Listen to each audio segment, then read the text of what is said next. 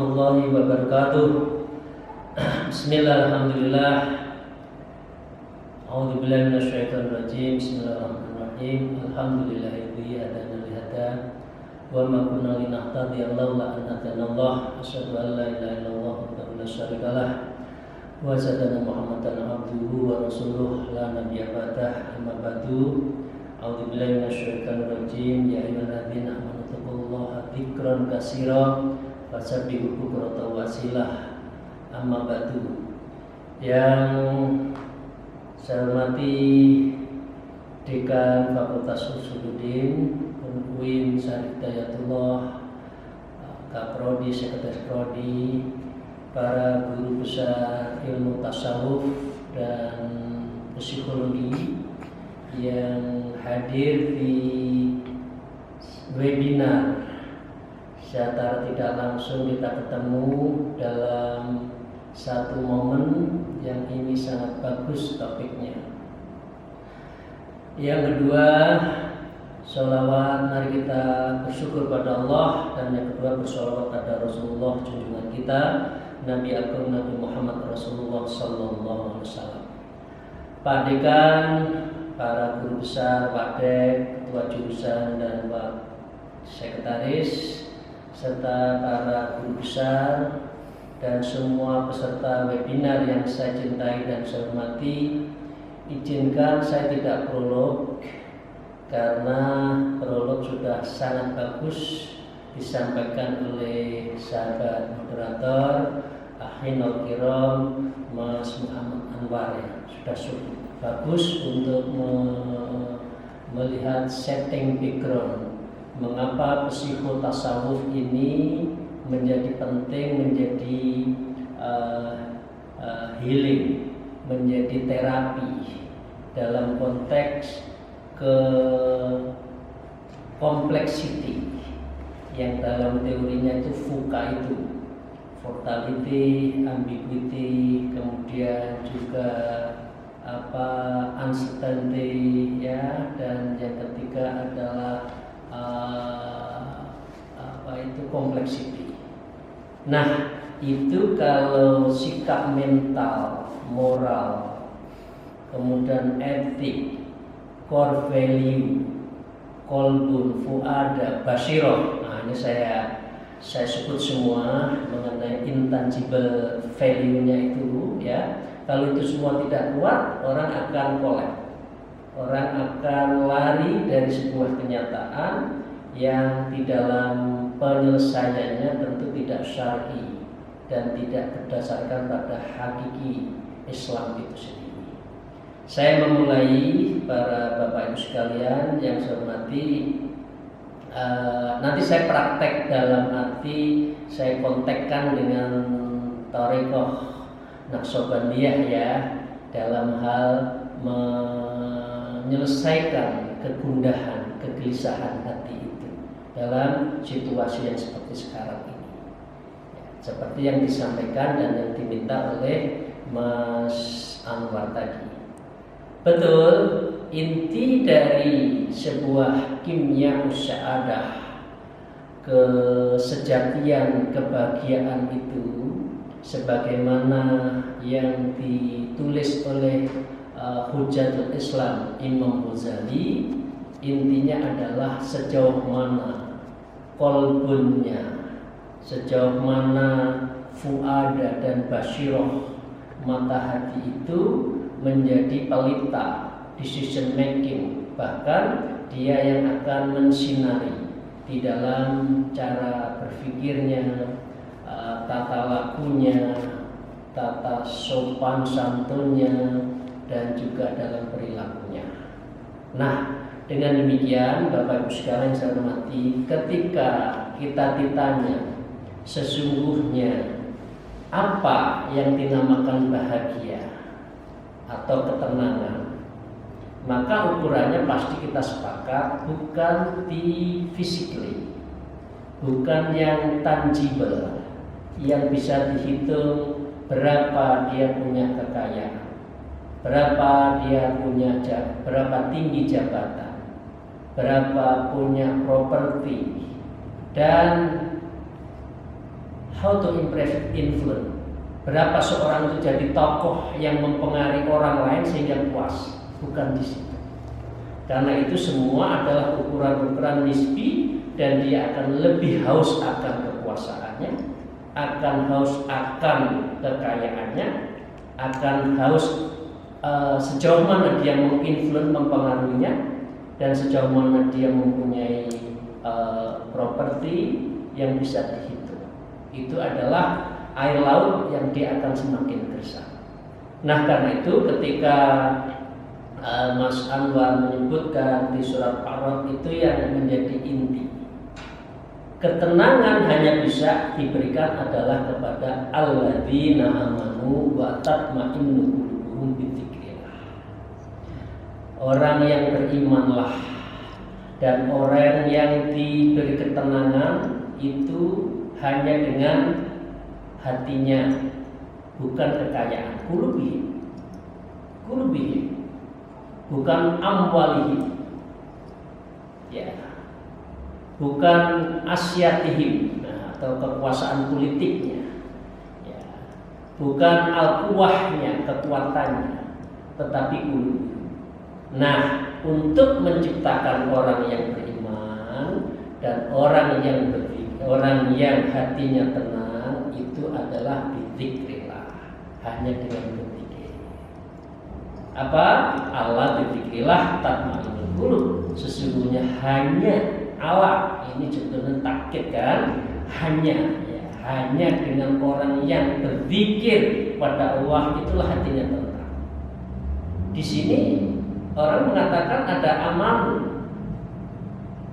amanu, tetapi hubungannya qulubu. Orang yang beriman itu adalah di dalam qalbi. Tetapi dalam prinsip kesehariannya, orang yang berthariqah adalah adab, dan itu adalah perilaku akhlak. Nah, karena itu orang beriman tidak cukup. Dia harus melakukan apa yang disebut dengan zikrillah. Karena zikir inilah sebagai instrumen vehicle, ya, atau sebagai alat untuk kita mencapai yang dinamakan dengan tatma'innul qulub. Orang yang bisa menjadikan dirinya itu tentram hatinya. Jadi kembali kepada orang Jawa menyebut babakan, ya, Bu Alai, ya. Babakan Islam itu ya ono iman, Islam ihsan. Babakan Islam itu ya ono akidah, syariat, tasawuf. Babakane menuju betul-betul takwa itu ya ono namanya syariat, tarekah, hakikat, ma'rifat. Jadi mboten cekak. Ya, kalau orang hanya mengandalkan syariat itu kasafinah. Dia itu hanya seperti perahu yang di pinggir jalan, di pinggir laut. Dia nggak akan pernah mengarungi terhadap nikmatnya mengembara di tengah laut itu. Dia tidak akan pernah mujahadah, dan dia tidak juga akan pernah menemukan musyahadah pada Allah ketika dia berpikir kalau dia itu hanya syariat. Nah, dengan demikian seseorang yang ingin menuju pada psikotasawuf yang komprehensif itu apabila memenuhi 4 aspek. Syariahnya kuat, tarekahnya dijalani, ya, kemudian ma'rifatnya dicari, akhirnya menemukan namanya hakikat. Hakikat di dalam sublimasi ilmu tasawuf disebut dengan tajalli atau nusul ilallah. Ini penting saya sampaikan, dan ini alhamdulillah mulai dikenal thariqah di Jakarta. Ini orang kosmopolitan di Jakarta. Orang maunya rasional, mencari uang, angka saja, jabatan saja, setiap hari aradatul dunya. Di Jakarta kan jarang orang yang aradatul akhirah, yang menghendaki akhirat, tapi yang banyak dunia. Nah, saya oleh guru saya diminta untuk membuka, mengembangkan thariqah Naqsyabandiyah di Jakarta. Ya, ini istilah saya ya di padang pasir, tapi it's okay, alhamdulillah. Ya, setiap angkatan alhamdulillah cukup untuk melakukan thariqah, dan melalui proses kaifiyat dan lain sebagainya. Nah, berangkat dari situ, Bapak Ibu sekalian, sahabat yang saya cintai, inti pertama yang ingin saya sampaikan adalah hanya dengan zikir itu orang akan tatmainnul qulub. Dan zikir di dalam Al-Quran disebutkan dzikron katsira, ya ayyuhalladzina amanu taqullaha dzikron katsira fasabbihu bukratan wa asila. Zikir itu bukan hanya dilakukan ketika dia hanya di dalam di dalam habis sholat. Zikir dilakukan pada malam hari, tidak. Di dalam ilmu tasawuf khususnya Naqsyabandi ada namanya, yaitu zikir itu dilakukan dengan namanya adalah khalwat darul anjuman bil qalbi.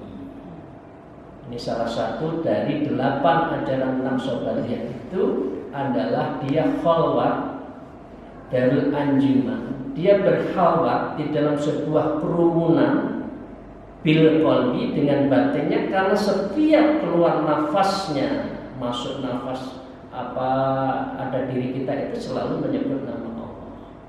Allah, Allah, Allah, Allah. Mengapa? Karena Allah itu tidak akan pernah jauh dengan kita. Wa ma'akum aina ma kuntum. Allah itu dimanapun berada dengan kita. Loh, Allah bersama kita. Kok kita lupa pada Allah? Allah memberi kita. Loh, kok kita lupa pada Allah? Allah memberikan rezeki. Loh, kita itu kok lupa pada Allah? Gimana manusia itu? Mau rezekinya, mau kekuasaannya, mau nikmat diberikan, tapi tidak pernah dia itu menghadirkan Allah dalam setiap saat. Jadi ini kalau ini dari segi psikologi Bu Rena ya dan Bu Sri Mulyati pasti sudah otomatis. Kalau dia setiap saat keluar masuknya nama Allah, Allah, Allah bil qalbi. Masa dia lari dari Allah? Masa Allah tidak memberikan makhrajan wajibul milayah min khairiyat taksib? Ini hubungan kausalitas. Orang yang dekat, kita kalau nggak dekat dengan Pak Dekan, ya masa Pak Abtopi diberi sekretaris jurusan kan enggak? Ya, kalau kita tidak dekat dengan Allah, masa kita dicintai oleh Allah? Kan tidak.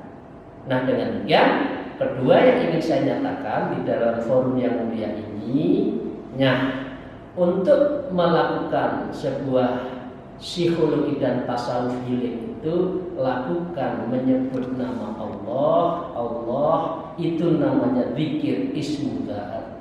Ismu adalah nama zat Allah, dan tidak ada satupun zikir, semua bentuk-bentuk zikir itu kalau tidak ada namanya Allah, selalu Allah.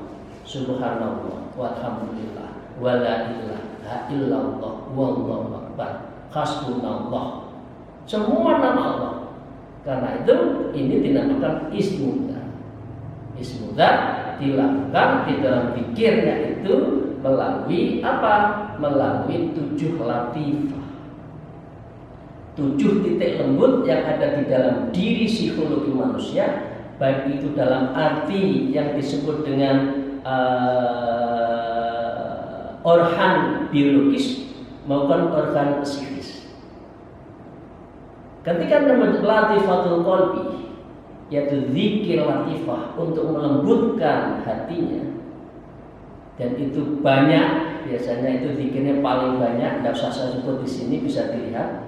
Mengapa? Karena kolbun itu terjadi kobel, terjadi sebuah inkonsistensi. Kadangkala konduktor ketika menyebut nama Allah nangis, kadangkala ada isolator dipanggil adzan pun tidak ngerewes.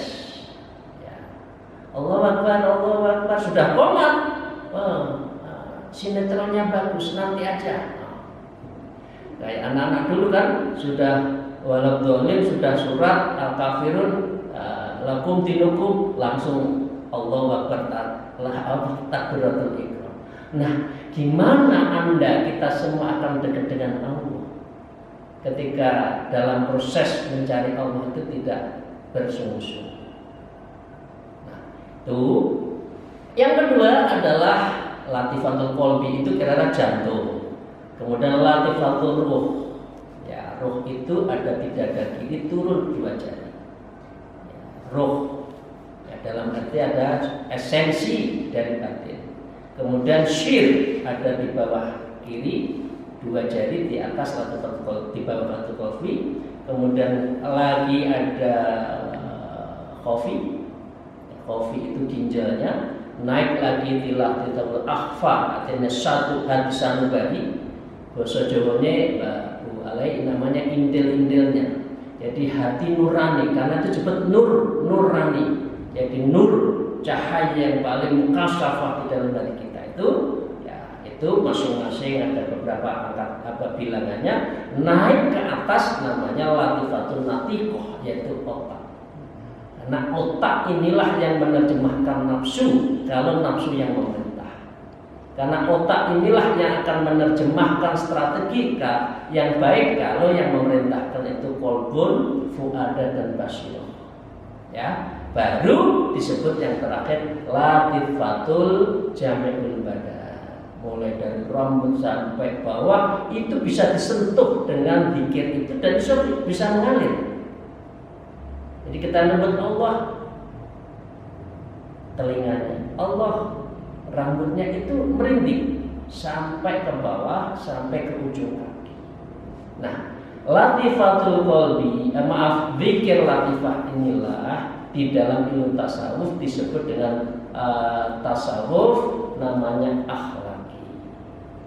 Karena di situ akan menemukan namanya tajalli, takhalli, yaitu proses pengosongan di dalam diri manusia secara biologis dan psikoterapi, psikiatriknya itu dibersihkan semua sehingga itu takhalli. Nah, meningkat takhalli adalah yang dinamakan dengan tahalli, yaitu proses menyibukkan diri untuk berpikir pada Allah. Nah, takhalli melahirkan apa namanya? Namanya muraqabah, yaitu mendekatkan diri pada Allah. Dan ini dijalankan melalui mujahadah dan riyadhah. Jadi orang yang thariqah itu tidak memakan binatang yang bernyawa, makanan yang bernyawa, semua vegetarian untuk menghilangkan toksin. Karena itu untuk menjawab dari apa? Menjawab ya ayyuhalladzina amanu wabtaghu ilaihi wasilah. Wahai orang yang bertakwa pada Allah, golek ono, carilah wasilah, carilah guru, carilah mursyid, carilah thariqah, carilah ilmu yang mendekatkan diri pada Allah.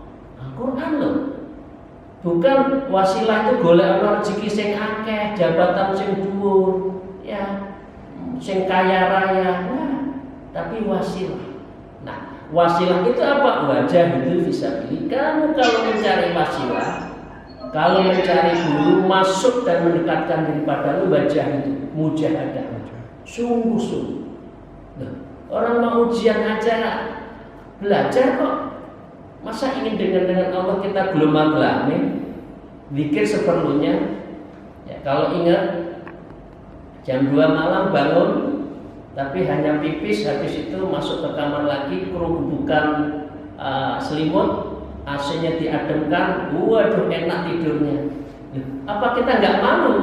Sesungguhnya pada malam itulah malam yang terbaik untuk mendekatkan diri pada Allah. Nah, ilaihi la'allakum tuflihun. Dan orang yang berzikir pada Allah di malam hari dengan tenang itu tadi, itulah yang disebut dengan orang yang menang. Dan ini karena apa? Karena dia mendapatkan tatma'innul qulub. Dia akan mendapatkan karena sudah mendapatkan tatma'innul qulub. Jadi dia hidupnya itu menjadi tenang. Jadi Bapak-bapak sekalian, dalam konteks ini saya akan membagi 3.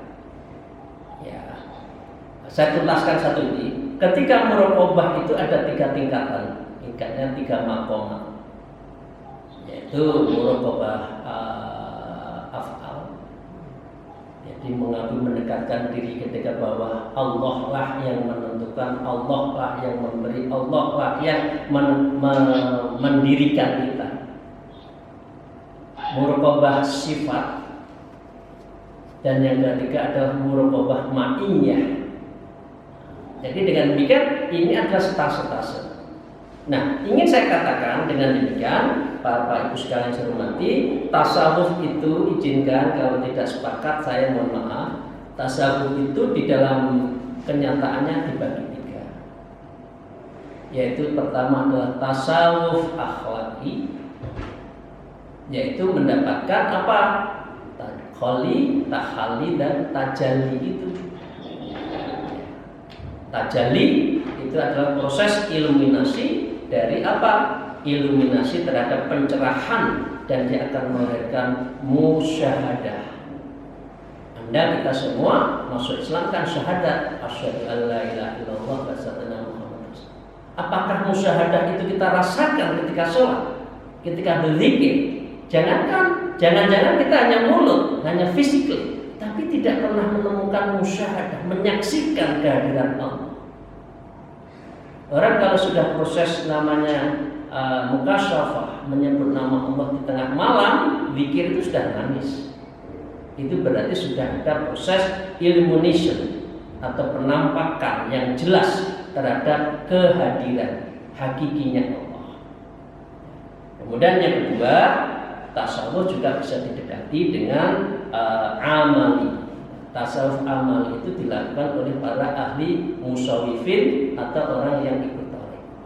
Karena itu stase-stasenya, makomatnya itu sampai 12 tingkatan. Nah, tadi yang 7 ditambah muraqabahnya 3, habis itu ada tahlil, habis itu wukuf. Nah, dan selanjutnya sampai namanya nanti yang terakhir. Nah, saya ambil satu ilmu saja, wukuf. Ya. Sahabat-sahabat sekalian, Bapak sekalian, satu di antara 12 di dalam psikologi healing tasawuf itu ada namanya wukuf. Ya. Wukuf dilakukan melalui 3 tahap. Yang pertama adalah mengosongkan diri. Yang ketiga adalah hudur. Yang ketiga, yang pertama mengosongkan, yang kedua hudur, yang ketiga itu adalah robitoh. Nah, ini boleh percaya, boleh tidak. Robitoh adalah menyambungkan diri kita kepada guru kita sampai Rasulullah, ya. Dan yang keempat adalah dia harus membayangkan dalam arti psikologi tentang Allah itu la kaifin wala misli. Allah itu tidak bisa diperumpamakan dan tidak bisa dipadankan, dan itu dilakukan secara diam tanpa menyebut nama Allah, tapi dia membersihkan dalam diri kita. Jadi dengan demikian wukuf ini adalah proses psikologi tasawufi. Dan itu ada stase yang ke-8 di dalam proses kita. Nah, karena wukuf itu yang diinginkan hanya berjumpa Allah. Ya, dia diam tanpa menjemput apapun, fisiknya diam, duduknya tawar ke kiri, ya, dia hanya mendekatkan diri pada Allah. Itu bisa dilakukan bahkan lebih dari 1 jam. Orang 1 jam diam dan itu menikmati terhadap kedekatannya diri kita dengan Allah. Nah, sampai namanya istisqa. Istighraq adalah proses, adalah dzauqnya kita. Dzauq itu orang Jawa nyebutnya deleming. Ya, deleming itu tetesan air mata dan hati kita yang dekat dengan Allah. Jadi rasa rindu yang paling dalam itu adalah dzauq. Rasa yang paling cinta kepada Allah. Seperti halnya anak muda mau makan, yang bayangannya kan ketemu calonnya, ya, mau wudu aja masih membayangkan calonnya, setelah makan membayangkan calonnya, dan sebagainya itu, sehingga dengan demikian zauknya itu pada.